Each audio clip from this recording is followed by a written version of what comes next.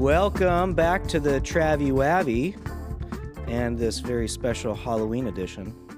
We are your hosts for today's show, Special Agent Fox Mulder and Special Agent Dana Scully. Oh, today we are going to be investigating some spooky conspiracy theories for fun and for entertainment purposes only. Welcome, Special Agent Dana Scully. Mulder. It's good to have you here as we unpack all of these spooky, scary conspiracy theories. So we talked about this a few months ago doing this particular episode and with this content, and we gave ourselves some guidelines and boundaries about what we will and will not discuss today. That's right. So we're going to try to keep most of our discussion limited to a little bit dusty conspiracy theories, things that have been around for a little while and not current conspiracy theories. Again, we're coming to you live from the 325 in the beautiful heart of historic downtown Abilene, Texas, the storybook capital of America. We are at the Neon Parrot Studios with our producer extraordinaire, Sam Wolf, behind the control desk. And we are always located next door to Majestic Coffee Shop, allegedly serving Onyx coffee. We'd love for you to come down and grab a cup, come next door, and take a look. This is a special Halloween episode, so we are doing it on Friday, but normally we would be here on Thursdays, interviewing wonderful characters. Mulder, Scully, reporting for duty today. I've got a whole list, Scully, of things that we need to get into here. Let's just go back 20-some years, 20-some-odd years to a fateful day in September. Okay. And we were just discussing that the X-Files had an offshoot show called The Lone Gunman. Yeah. And there was, why don't you tell this part? Okay. So I loved X-Files. Mm-hmm. I've seen the series multiple times. There's a spinoff called The Lone Gunman. And I will say this is to the best of my knowledge. I need to actually get the box set out of storage and confirm my memory. But when I bought the box set for The Lone Gunman, I noticed the air date of one of the episodes was September 11th, 2000. A year before. A year before our September 11th, 2001 event. And the plot was a hijacked plane that was scheduled to crash into the Twin Towers. And I could not believe that the air date was literally a year before the event happened. Sometimes they show us their cards before they play them. Well, The Simpsons has been prophesying for Absolutely 50 years. 100%. Feels like they've been on that long. And they also have a thing about the Twin Towers. And I was like, so it's been resurfacing. I've noticed people talking about it again recently. And I was like, yeah, I'm going to like show people that the air date was also a year before. So I look it up, and the internet does not have that air date. The internet is either lying has been changed. As in, it has been altered. Yeah. To my knowledge, because I could find the box set and actually prove the point. And maybe somebody out there has it. But yeah, I just remember back before I'd even thought to think of a conspiracy, I noticed that air date, and I just thought it was really bizarre. Yep. So I could be remembering it wrong, but boy, that's the way I'm going to believe you as my partner in crime. Yeah, that's right. As my partner in solving crime. So I think that is probably one of my top 10 favorite conspiracy theories is 9/11, and there's so many things around it that are suspect that we were supposed to have alien disclosure like the day before. Did you know about that? No, I didn't like know now about that that we're one. getting all this alien disclosure in Congress and the Senate, all that was supposed to happen. Donald Rumsfeld, Secretary of Defense, came forward and said, oh, we've lost trillions of dollars in the Pentagon. We don't know where it is. We can't find all this trillions of dollars. And then a plane just happened to hit the part of the Pentagon where the files were kept, the accounting was kept. And there was clearly no evidence of a plane crash, more like a Scud missile hit it, but we were told it was a plane. Yeah, wow, that's wild. The buildings falling, free fall, That's like a demo. They look like they're imploding rather than exploding for sure. Yep. Building number 7 falling. Yeah. Same thing, free fall, like a controlled demolition. And obviously I don't know, but I heard that. By the way, we're not experts here. We're just playing FBI yeah. agents today. Right. We're playing FBI agents on TV. And all of this is for fun and entertainment. That's right. That's right. Don't come for us, George. Don't come after us. It's just fun conversation. That some people will say that hurt them, and we're really sorry. We're not trying to hurt anybody. No. But yeah, I remember seeing like a lot of people saying that those who had like not been at work that day or did get out of the towers, many testimonies that they had heard like drilling in the walls, like some for weeks, like things that they were just like, wait, that's not what we normally hear. So that, again, who knows what that means? It could have been legitimate. Something broke. This is why it's a conspiracy theory, because it doesn't all line up, right? It doesn't line up. It's not because a clear it's story. Like, what were they? Yeah. So some people are like, were they being the royal they, whoever they is, putting some sort of implosive bombs on the inside? There's supposedly asbestos abatement was happening. Yeah, I was just going to say that, Sam. So apparently the buildings had asbestos. Okay. And they were the property, and probably more than just the World Trade Center property, was purchased by a gentleman. Don't remember his name. Like relatively. But he did have insurance for terrorists. He had insurance for terrorists. Really? And he knew that the buildings had asbestos in it, and the abatement was going to cost more than, asbestos abatement is really expensive. So, yeah. And we probably needed a black swan event because we had all this hidden or all this lost money, like from the Pentagon. Right. There's a theory that says, George Bush Jr. was trying to finish what his father started in the Middle East, and so it was a great way for us to go back to war. Our economy does better when we're in wartime spending. Yeah. Well, and every country's economy does better when they're in war. So that's why so many countries are the upper people and probably not the civilians, but government powers in the countries are actually like, yeah, let's just stay at war. We're actually getting funding for being in this war, so why stop it? Yep. Meanwhile, it's killing innocent civilians. Well, maybe that's a conspiracy theory all unto itself, that that capitalism and the way that we run our economy currently is just based on bloodshed. Interesting. I don't know. I'm not going to dig into that one today. All right, so sticking with, do you have anything else to say about 9/11 before we get into the next one? No, but you bring up something interesting about, which might lead to one of the ones you're going to talk about alien files being disclosed, like the day before was a plan. Was the plan, yeah. Disclosure. Was it the day before? Like, yeah, like right in that range. That Yep. Because, do you know who Tim Alberino is? Have you ever heard of him? He was saying recently that, and there's proper jargon, so you can't, like, NASA will say, no, that's not true, but there's proper jargon on what they did do about going through some theologians around the world and asking them, polling the question, what would society do if we disclosed the presence of alien life?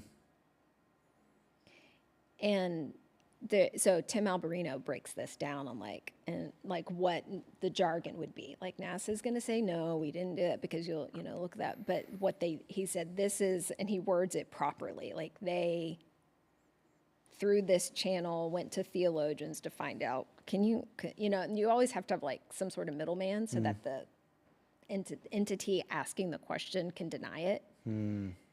So that's why NASA's like, no, that's not how the question went down. But it's very interesting. Yeah, it is. It is very interesting. So I know we talked about not doing any current conspiracy theories, but there is just the one I'm going to bring in here. Okay. So you said you have not heard about the new comet 3I Atlas. No. Okay, so I'm going to give you the quick rundown from what I recall. Okay. Atlas is a group of telescopes all over the world that are scanning the skies for objects that we haven't accounted for yet, right? Not in our catalog of meteorites or space junk. And I think it's been online for maybe 10 years, the Atlas program. Okay. And back in 2017, they detected Oumuamua. Do you remember Oumuamua? Mm-mm. It was a space rock, basically. Okay, yeah. It came in from outside of our solar system, came into our solar system, and then left. And so we didn't get a lot of data from it. We saw it, we tracked some stuff, and we have a lot of questions about it because it was a visitor from outside of our solar system, right? And I don't know what we've determined that was or anything, but it was the first one. Okay. And then a few years ago, we had another detection, and it was called something Borisov, and it was a big kind of comet, and we're like, oh yeah, that makes sense. That looks like what we would expect, and it came from outside the solar system, came in and left. July 1st of this year, the Atlas system detected 3I Atlas, and it is another something that has come from outside the solar system into our solar system. The interesting thing about this 3I Atlas, it's really large. It's the size of like Manhattan. It normally these rocks put off a lot of water into space, especially as they get closer to the sun. They heat up, they discharge a lot of gas and water. This one's not discharging very much water. It's discharging a ton of CO2 and methane. They've looked at it. They looked at it with the James Webb and some other, Hubble. All these different things have taken a look, and it's made up of nickel without iron. Okay. So that leads scientists to believe that it might, because that's like when we make a metal alloy, it would look more like nickel without iron, right? Okay. So there's a lot of things like this that are happening. The way that its brightness point apparently isn't matching its size, so it might be shinier, is a thought. It has a coma around it instead of a comet tail. Oh, interesting. Okay, and the coma is kind of on the front part of it, which doesn't really line make up with sense. things that we've seen. So there's a lot of like, what is this thing? Yeah. And there's a scientist from Harvard named Avi Loeb who's been kind of talking about this, like, hey, we should keep an eye on this. This is interesting. It's moving a lot faster than we would expect. The plane that it came in on into our solar system, if you imagine our sun and all of our planets kind of like on a dish, right? Like a disc. They're all kind of within that plane. Yeah. This came in on a plane almost in alignment with us and is going to leave kind of in the same thing. After it's already passed by Jupiter. It just passed by Mars at the beginning of October, and now it's behind the sun from our vantage point, so we can't see it. Okay. The close pass by Mars, we have all this technology on Mars, the rover, the different satellites in space, the European Space Agency, China also. Everybody turned their cameras and their instruments to look at this thing right as our government shut down. And no more information has been released. It will do its close pass to us like in later December, but it's still December 19th. It's not going to be close by. It's still going to be kind of far out there. But anyway, so it's doing all these things. It will be visible from telescopes from Earth. Thank you, Sam. Well, another interesting thing about 3I Atlas, since I have nothing more to give you, since for a month there's been no information, and I've been chomping at the bit to know more. A new sort of turn of events, and this also comes from this Harvard scientist, Avi Loeb. He sort of saw these two things connected. 3I Atlas came in to our solar system from the direction of Sagittarius. Okay. Okay? And if you keep going, in that direction for Sagittarius, you get some of these older star systems, and I can't remember the names of them. But if I said them, you'd be like, oh, yeah, I've heard of that. Sorry, Fox Mulder's not doing very good on all of his information today. So anyways, coming from Sagittarius. In 1977, we received the WOW signal. Ugh, I love the wow signal. The WOW signal, Yeah. which, it says WOW on the side because a scientist wrote WOW on the side, and it's got all these marks. And do you know that we've never really decoded that? Yeah. Not spent a lot of time decoding that. And recently I heard someone on the internet talk about, we've decoded this now. And it is communication protocol with checks and balances to make sure that it is you who's sending it and them who is sending and receiving. So if in 1977 we were contacted by this WOW radio signal and given basically like Wi-Fi protocol, like, hey, this is how you now respond back to us. Yeah. Okay? Avi Loeb has made the correlation that 3i Atlas is coming from basically the exact spot in space as the WOW signal. Oh, interesting. So we'll have to wait and see if the government opens up and shares any more. Wow. So that's Yeah, the if any of current our one. listeners don't know, any of your listeners don't know about the WOW signal, look it up. It's really fascinating because it was a, like if you think of a graph that's going and it's just like sounds from space. And then suddenly it spikes. 72-second radio burst. Yeah. It just, and the guy that was monitoring it wrote wow with an exclamation point in the column, kind of like, guys, what is this? So then it gets the name, the WOW signal from that. We did an episode on that, Fox and I. Yeah, we did. It's a good one. Anyway, look to see if anyone else is trying to decode that WOW signal, and maybe That's really fascinating. let me know if I'm off there. Well, what's also interesting is in Hollywood's intentional or unintentional prophetic things that come through Hollywood. Have you seen the movie Don't Look Up? Yes. What a great one. What a I'm scary just saying, one. I know. Is it are they trying to? Are they letting us know? Wasn't Leonardo DiCaprio's? He was from like Harvard too, or something like that. And he's like, guys, there's something good. We gotta watch this thing. Yep. And that was a civilization or humanity destroying event in that movie. And then what are we gonna do about it? Yeah. Are we gonna send? Yeah, it's very interesting. I'll stay on this subject for a second. So I've been thinking lately, Scully, that just looking at the state of the world and the state of affairs and how capitalism is failing, the patriarchy is failing, these last-ditch efforts to hold on to power. So I'm kind of secretly hoping that, whether it's this 3i Atlas or some other, coherent, conscious, compassionate race of carbon-based forms comes here and helps us to realign and reset to a more maternal power structure, which is more community-based living and That's interesting. compassion. I will say, I find. Let's stay on the alien topic for a moment, because I am someone who believes the Bible, and I think, and so I say this, I think a lot of Christians can't seem to marry the two, can't seem to marry, and it's fine that they can't. It's certainly an open-handed issue, extraterrestrial with the Bible. But this is where I think they're connected. Since I believe in God, Jesus, Holy Spirit, by default, I believe in the spiritual realm. By default. And I think the churches don't talk about the spiritual realm either nearly enough or at all.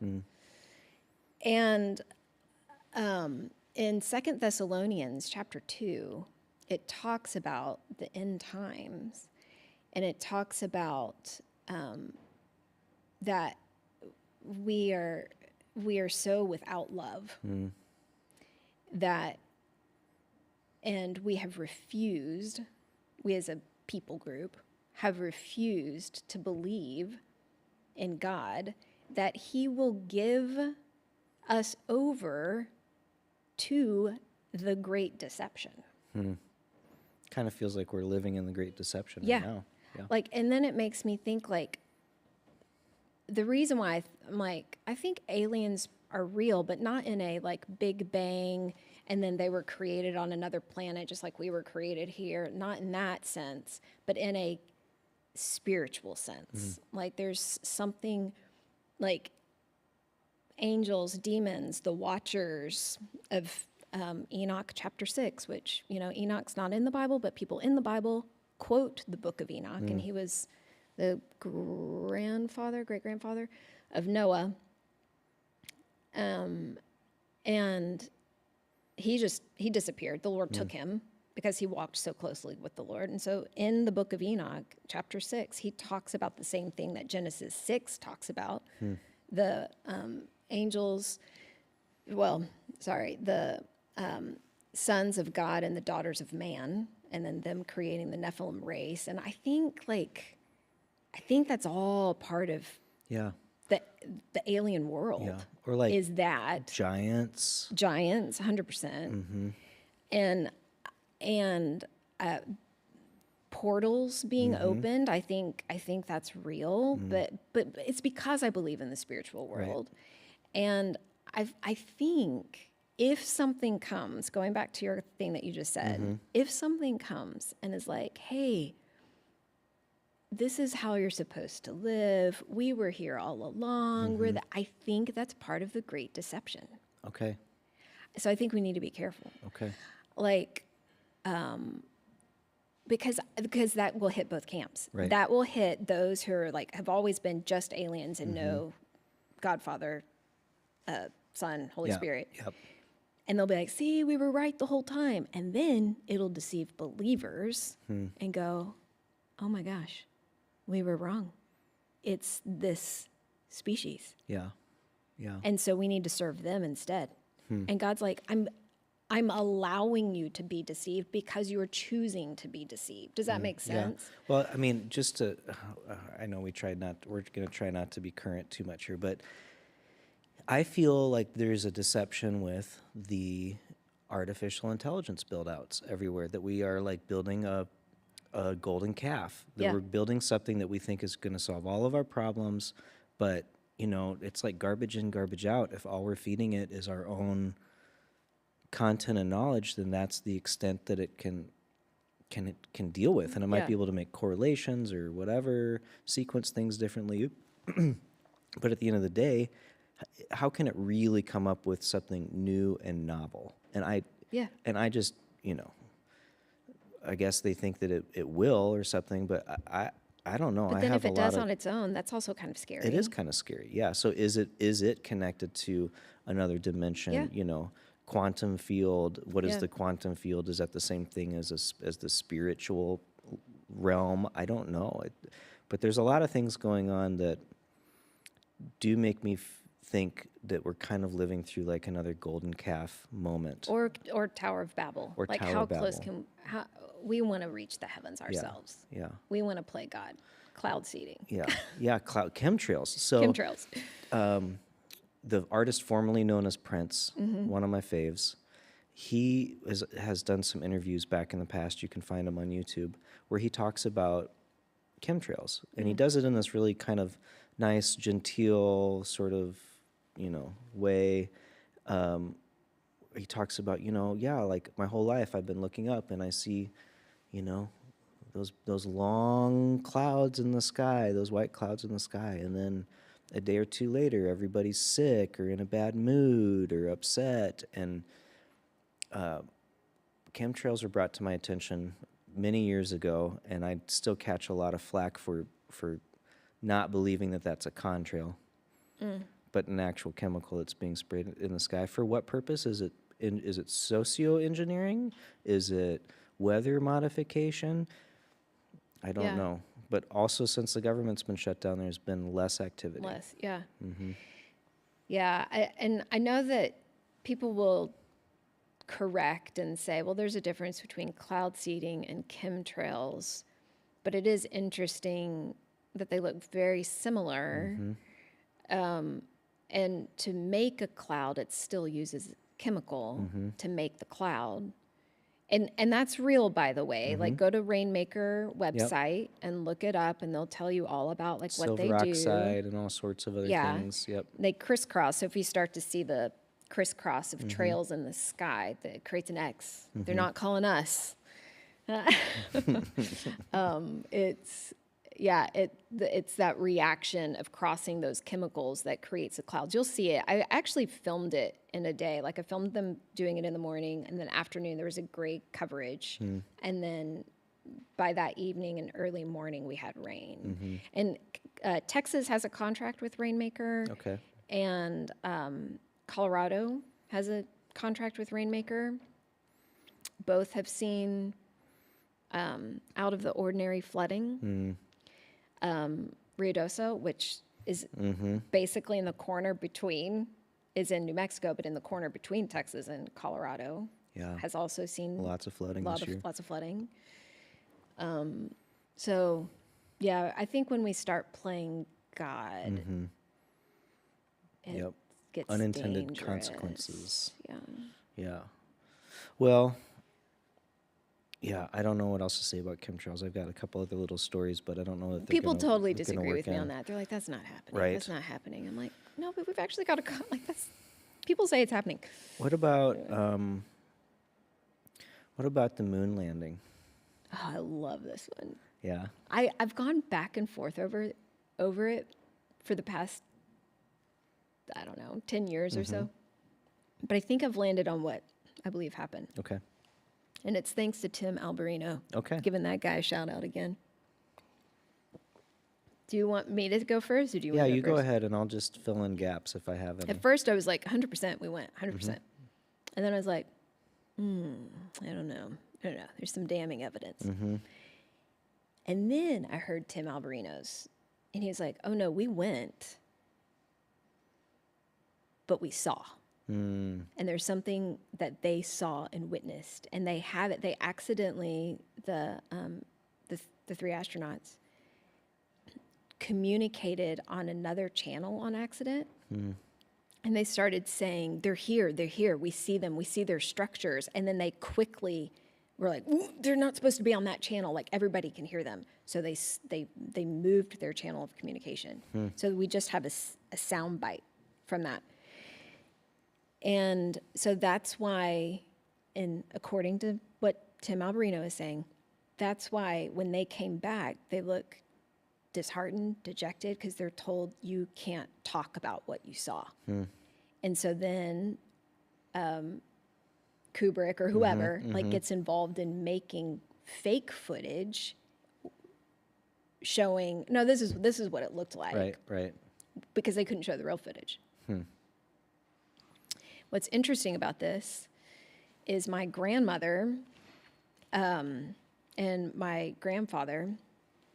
So my grandpa was a captain in the Navy, and they were in charge, his fleet was in charge of moving moon rock from that landing to its safe house where it was going to be kept. Okay. And so they couldn't touch it and all this stuff, and it was like in this container. And we have pictures of it.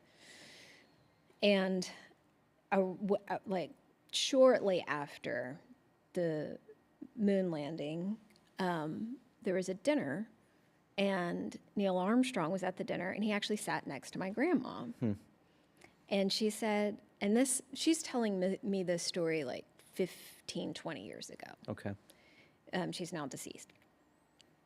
And she was like, oh, I just loved getting to talk to him, but I kept wanting to talk about the moon landing, and he just would not talk about it. He wouldn't talk about it. So we talked about Purdue, since they both have Purdue in common. And I just find that goes along with like this gag order, if you will, Yep. on them, that they they couldn't talk about what they saw, but that they did go. But it's because there's something on the dark side of the moon. And that, again, that's Tim Alberino's thing. But I was like, boy, and he's like, it answers all the questions, doesn't it? And I was like, it does. Yeah. Makes it sound like I was talking to him personally. I was just listening. But well, I mean, it's such a great conspiracy theory, the moon landing, because regardless of what you think happened or didn't happen, what we were, and of course, neither one of us were alive when it happened. This is 1969. But what they showed us, or the propaganda piece of it, the storytelling, the theater part of what the American people in the world were shown and given and told, I mean, it's pretty, it's interesting. It's kind of like, we had the space race towards the moon against Russia and the Cold War, and here we are having an AI race against these other countries, and it just kind of feels like, here's the proscenium, look here, and we're going to pull things on stage to show you what it is we want you to see and the narrative we want you guys to be thinking about and talking about. And whether or not it's true or not, I mean, my gut is that none of it's true. It's all theater. I mean, the theater of war, all politics, it's all very, very, very theatrical. It's all just propaganda. yeah. This is what I want you to believe, Scully. And so here I'm going to show you the Right. truth. Yeah. I'm telling the story. Well, and there's so many times when something seemingly like huge happens in the news, and we're all looking at that thing that they're telling us. Yep. Meanwhile, something really big is happening, and they didn't advertise it. Their news stations aren't covering it because they're like, no, we want you to look here because we actually don't want you to see what this other thing was. Yep. So that's interesting. Yeah, well, like even going back to 9/11, I'm not saying that, and I'm going to use the word actors, but that actors didn't hijack planes and fly them into buildings. I'm not proposing that, but they're part of the show. Yeah, there was some sort of hiring or something. Yeah. I've even heard a good conspiracy theory about Pearl Harbor, that's a black swan event. That even though, yes, so maybe, I'm not going to go as far as to say that we, took Japanese-looking Americans and Japanese planes and created that event. But there's a lot of evidence to say the Japanese would never have made that attack. They knew better to do it. So again, it's like the Gulf of Tonkin for Vietnam or 9/11 for the Iraqi War. It's like we needed a reason to engage in the bloodshed and the conflict, and so we hit our own hand with the hammer. Yeah. But look, our hammer came from the Russians. Well, even like there's a book called, I was just telling my kids about this book last night, actually. It's called Dead Wake, and it's by Eric Larson. And I love Eric Larson's books. I've read almost all of them. He did The Splendid and the Vile, Devil in the White City. So it's all true. The bibliography in the back is quite thick. And in Dead Wake, it goes back, the chapters go back and forth between the German U-20 and the Lusitania. And basically how the Lusitania was like, there's a U-boat tracking us, it's a civilian, Lusitania is a civilian, I think Cunard ship, kind of like the Titanic. And that everybody, like even people near, like other ships nearby could have helped. And they were torpedoed. And that is one of the inciting incidents that got us into World War I. Yep. After months of saying no. Yep. And we just need one kind of aggregating event to get us there. Like you mentioned the Titanic. That's another conspiracy theory that the there was supposed to be like Rockefeller, some other big people were supposed to be on that boat. And but the guy that a couple held the powerful good policy, people died. Say again, Sammy. Supposedly, a couple powerful good people died on that boat. They did. But again, the person that was holding the insurance policy was safe on land when the Titanic sank. So Right. it's interesting. It's interesting that if they're, yeah, It's interesting. it's conspiracy theory Halloween day. Right. Let's see. I got another one. What about Antarctica? Okay. Why Yeah. do Tell why me. why do you talk think? to me about that. I mean, why do you think that only Right. scientific community sort of folks can go there, and that it's like the only thing in the world that every nation has said, "Yep, we agree." Nobody can go there. Yeah, it's wild. And like none of us are really going to try because it's so far away and maybe it's too cold. Yeah. But Cook's, Captain Cook, General Cook, whoever he was, the Air Force, Navy person that took the Yes. crew down there, turn of the century, and had all these crazy experiences and saw interesting craft and, Yeah. yeah, aliens again. Yeah. Mulder Yeah, and Scully I were see. onto something. I know. Well,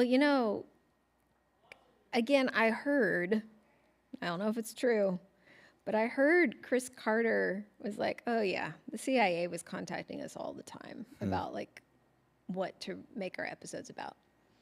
My theory behind that is that it makes people, the general public, go, it's just Hollywood. Yeah, it's just a It's story. just Hollywood. Yeah. Well, it goes back to the theater thing that I mentioned before. If Hollywood puts it out, it's easier for us to believe that it's make-believe. Yeah. When the government puts it out, we think it's real. Yeah. Yeah. Yeah. And it's really not real most of the time. Yeah. The narrative. That's the propaganda piece. Yeah. I mean, if I think about a wonderful class I had at ACU that was a Monday night class. It was co-taught with an art teacher, an English teacher, and a history teacher, and we covered sort of, post-Civil War through like 1969 kind of American history through a lens of mostly, war, because you learn a lot about a culture and a society through that lens. And something that was brought up a lot was the propaganda piece and how the Germans really figured out how to do propaganda really, really well. What's propaganda? It's just the story, the messaging that I'm telling my citizens, right? And of course, we adopted a lot of that psychology and ways of doing, methods of practice. And of course, now that was 80 years ago, and we've come so far in our ability to manipulate the masses, and we do it with the mark of the beast Yeah. on our phone. Our algorithms have us all just tuned in Yeah. exactly to the frequency that we're supposed to be tuned into to be good, productive, tax-paying Yeah. people. Don't look over here. Yeah. Yeah. What do you think about the phone? Well, Or Mark I've the talked Beast about or this whatever. before in the past. I mean, I was working and a student at ACU in 2007 when ACU partnered with AT&T and Apple, and we gave all of our faculty and all of our incoming freshmen the very first iPhone. Okay. And I didn't have one, so I was an observer. And it was really interesting to watch how quickly a culture formed around it, and then how and like around the peripherals around it, like, is texting professional? Back then it was like, no, like if you're going to be late to a rehearsal for Adam, you needed to email the stage manager. A text message was not an appropriate way to communicate. And that's changed, right? Yeah. But so just like how to use it, how to make it professional, how to, the map things on the phone are one of the first things that I remember really being like, oh, wow, like Google Maps, like, oh, where's this on campus? Oh, it's over there in that building. I didn't know that, how to get there, right? All the kind of early apps that were happening there, and how quickly it took over, and that by the next year, almost everybody else had an iPhone. Like really quickly adoption on it. And it's always, even going back to like the Apple computers that I had in elementary school with the floppy disk drive and the Oregon Trail situation, that had, the Macintosh symbol, the rainbow apple with the bite out of it. And back then that felt like educational to me, you know, like because an apple is kind of a symbol of education, right? The yeah. teacher. And I guess the bite out of it to me kind of felt like, oh, you're taking a bite out of education. This is like nutritious and healthy for you. Yeah. But when they moved that same logo to the back of the iPhone, the gray apple with the bite out of it, it was like somebody hit me in the head with a sledgehammer, and it was like, that's the mark of the beast. That's Eve's first bite That's of the it. apple. That's it. You know, that's Yeah. the mark of the beast. Yeah. And I mean, I've been a user for almost 20 years of now. When I was little, like 4th, 5th grade, I was reading the book of Revelation. I was reading through the Bible. I was in Revelation. And I remember reading, there's a section, and it says that there's going to be 2 witnesses that come, and they're in the spirit of Elijah and Moses, maybe? I can't remember. And that they will be preaching. And that people will hate their message so much that they will eventually be killed by the people. But the people will leave their bodies in the streets. And everyone from all over the world will see their bodies in the street. Everyone from all over the world will see it. And I was in 4th, 5th grade, and I was like, how can everybody all over the world see something happening in the moment? That's not possible. Yep. How is that going to happen? And now we can. And now we can. And we do. Yeah. Yeah. We see it happening live in that moment from all over the world. And I was like, oh, Yeah. we're living in a time where that is possible. Yep. Yep. Yeah. But good news, they come back to life in 3 days. It's such a cool passage. I'm like, they come back to life. That's crazy. Yeah. It's crazy. Yeah, we live in such interesting times, full of wild conspiracies and opinions, and we're all just trying to get through today. Really, Yeah, at the end of yeah. the day. What other? I've got 1 or 2 more. What else do you have for us for conspiracy theory? Halloween, spooky day.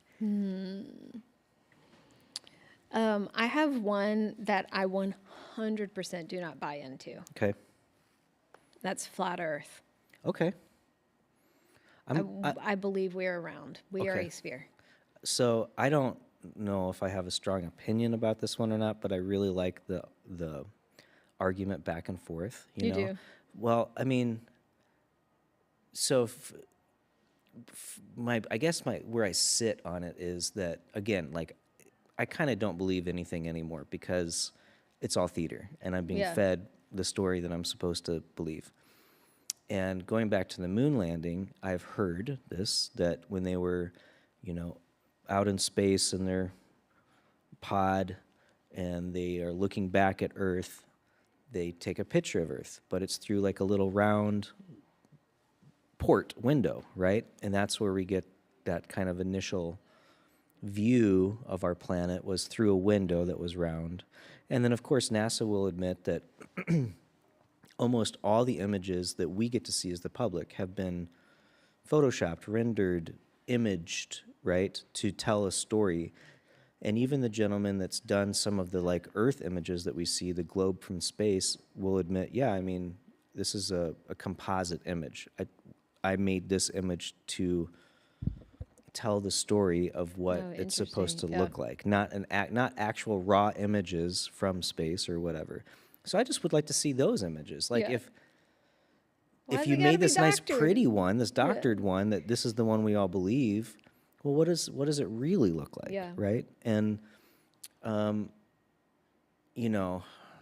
guess to give Flat Earth a little bit of ammunition, a plane, once it gets up into the sky, flies straight. It doesn't continually adjust up or down to go around. Yeah, it does. Totally So, does. I mean, I'm wrong sometimes too, Kathy. Scully, you know. Fox Yeah, Mulder's not but always 'cause, 100%.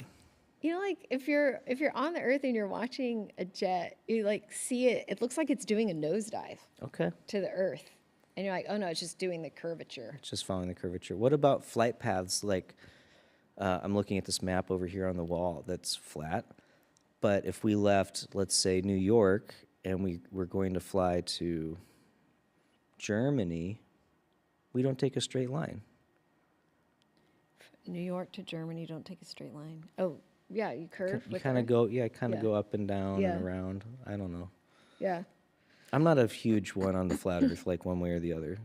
The sun keeps coming up and setting every day, so I'm Yeah. like, however that works, whether You're it's fine with it. whether we're spinning around the sun and the sun's spinning, and we're traveling through space, and 3i Atlas is Yeah, coming that's in. the thing is like, does it really matter which way it is? No. Yeah, But it's a fun one. it is a good one. Because I don't have many, I don't believe. So Mm-hmm. I'm happy to say, well, yeah, that one. That one, you're pretty sure the Earth is round. Yeah. Where are the other flat planets? Where are the other flat planets? That's a good perspective too. I also like the idea Yeah, that Earth is where more would of like they a be? toroidal field, like a donut shape. That one kind of Oh. makes a little sense to Yeah. me too, maybe. Yeah. Because we don't really go, we don't go to Antarctica. Yeah. Well, again, I'm going to throw in another scripture in Isaiah. It says, I think it's, is it 41? I can't remember. But in the book of Isaiah, it says that God sits above the sphere of the earth. I don't know. It's interesting. Yeah, I don't know. There's certainly a lot more to unpack. We're gonna have to do this again next year with a whole new I'm fresh so list excited. of We conspiracy should bring your theories. friend. Tommy? Yeah, Tom Bowden, who's been on the show last spring and was Tom, if you're listening, I'm sorry, I'm gonna get your title wrong, but he was a director of a conspiracy museum in Dallas for a number of years for JFK and Martin Luther King Jr. and somebody else. But he was on the show back in late spring or late winter, early spring, and we talked about some of this, and he wanted to be here today to help chime in and give us some more good conspiracy theory things. The last thing, okay, so since I'm sure we've got to wrap up here, but since you bring up what the subjects were at his conspiracy museum, I heard someone recently say, and I was like, ooh, that's a good point, is like, as like the signature that the CIA was behind a taken out of somebody is that they name a street after them and give them a holiday. I believe that. And I thought that was really interesting. And then I also think, like, the CIA, it's clear when there's something going on because it's all classified. Yeah, You know, it's like if it wasn't a big deal, they would release this information to the public. right. And then, but then I lean into like the propaganda theater part of my brain too. That's like, well, maybe they're just doing this to keep us second guessing and kind of like in a state of confusion. Yeah, Because, oh no, we're not going to be able to tell you that for 40 years. yeah, And maybe there was nothing to tell. yeah. I don't know. It's Yeah. it's just interesting. It's a little game. So I've got last one I think for me. Well, I don't know, we could do a couple more, but have you heard about Garth Brooks being a serial killer? I haven't, but I am so fascinated I that don't- those words just came out I of your don't mouth. follow this one that much, but apparently, like, there's this really good correlation between missing people, or mostly missing people, and like his concert dates in those cities. So like, So it could also be a fan. it could be a fan, it could be a lot of other things, but that one's actually gaining some traction in the conspiracy theory Really? world. Yeah. So if you want to look up Okay, Garth I'm Brooks being a totally serial gonna killer. look that up. And then I think my final thought, again, sticking to propaganda, Okay. because the theater of information, Okay. is North Korea. I have always thought, oh, too bad for those people. They live under this little dictator who's controlling everything, and he's their fearless leader, and they have this terrible life. And I don't know any different from that, okay? Sure. Because we don't get information out in That contradicts that in any way, yeah. We're told that story, that's what we should believe. But then I started just to kind of wonder, like, why are they telling us that story? Is it true? Hmm. What if it's a wonderful place to live? But we'll never know the answer to that. They don't want anybody They don't there. want Like, you we there. don't want to share this Yeah, land. like, no, It's too wonderful. It's like the stay out. Garden of Eden Yeah. over here. Yeah, we're all so impoverished, and yeah, we have to worship this man. But really, it's like really good. Yeah. I don't know. That's really interesting. Is that one you just Just kind of been thought of- thinking about that one a okay. little bit. It's Have you just found been- anything? No, I haven't done support it much yet? research on that. Yeah. You know, unfortunately, in my real life, I'm not Fox Mulder, and I know. don't spend a ton of time on this stuff. But it is fun. Yeah. But, Travis and I were both like, we feel like we got ready for a real job today. I feel like Like we had to put on. if anybody's hiring, I'll be in for an interview. Just let me know. It's really funny. What else today, dear? Oh no, nothing. This was really fun. I find all of this so fascinating. And I hope that we continue to have the freedom to just have conversations like Yep. this. And that we're not forcing anybody to think this. We're Nope. just having a fun, Yep. like shooting from the hip Yep. conversation. And yeah, I think it's fun to just wonder, and I think it's important to question, really. Yep. To question and to seek the truth together. Yeah. You know, I think a lot of times we need collaboration in all things, but when we come together as a community, sometimes I think it can help us to see the bigger picture or see the truth a little bit more clearly. Yeah.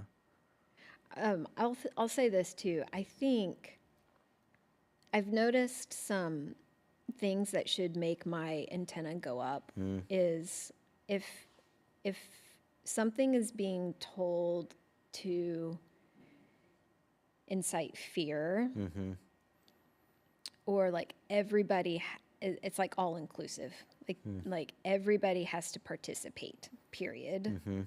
And if you don't, here's fear. Like that kind of, because you see that in history when Yeah. they've done things like that, it's always your flag should have gone up. I mean, the Reign of Terror was like that. Obviously, World War II and Nazi Germany, and just like, so there's just things where it's like, ooh, let's question this a little bit then. Like, why is this for everybody? What you're saying, Yep. and why is it like an emergency and a fear tactic involved? And I think powers that be prey on fear a lot, like to control people. And that's I'm going to bring this back around to Jesus again. And I think like even like I was just reading recently, like when Jesus is talking about the end times, like you're going to hear this, you're going to hear this, you're going to hear this, but do not panic. Do not panic. It says that several times. This is the New Living Translation. But I'm like, but like that guy's just saying, don't fear. Do you know who's the author of fear? Satan. So don't fear. Don't panic. Where's our trust supposed to be?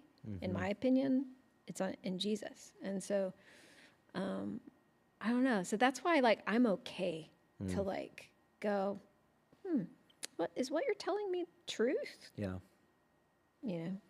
Well, and it's interesting to just to, you know, turn on critical thinking a little bit, which conspiracy theories, I think, kind of it gets a bad rap, but it is an opportunity to think critically about subjects and situations and people where you're questioning the narrative, you're questioning the story that you're told. And I think that is not only like healthy and needed, but like the more of us that can use our critical thinking in all faculties in our day-to-day life, and especially when it comes to what we're being fed by the mass media, whatever your flavor of that is.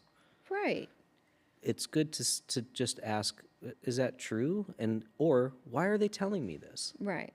You know, is it to induce fear? Is it to get me to shop a certain way or vote a certain way? Or vote a certain way. Yeah. All of it. Yep.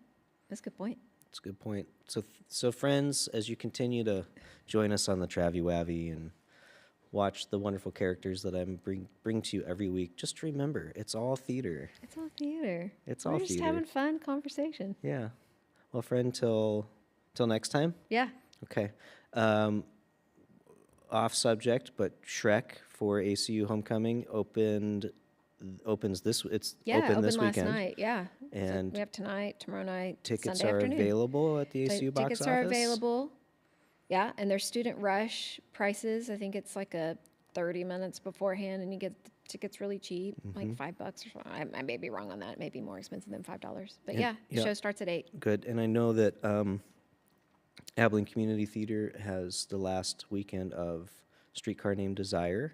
Nice, I'm going good. to go to the matinee for that. Good show. And I'm sure I'm forgetting a lot of other wonderful things Yeah, that are there's a happening lot in in our town. community, but those are the two that are top of mind for me. Yeah, that's great. Anything else on your agenda today, Scully? No, Mulder, but, let's do it again. Let's do it again. Once our current events become a little dustier, Less we current. can talk about the current. Yeah, sitch. we just purposely skipped over a whole bunch A of stuff whole bunch. for this one to not bring anyone's ire Yeah. up. Right.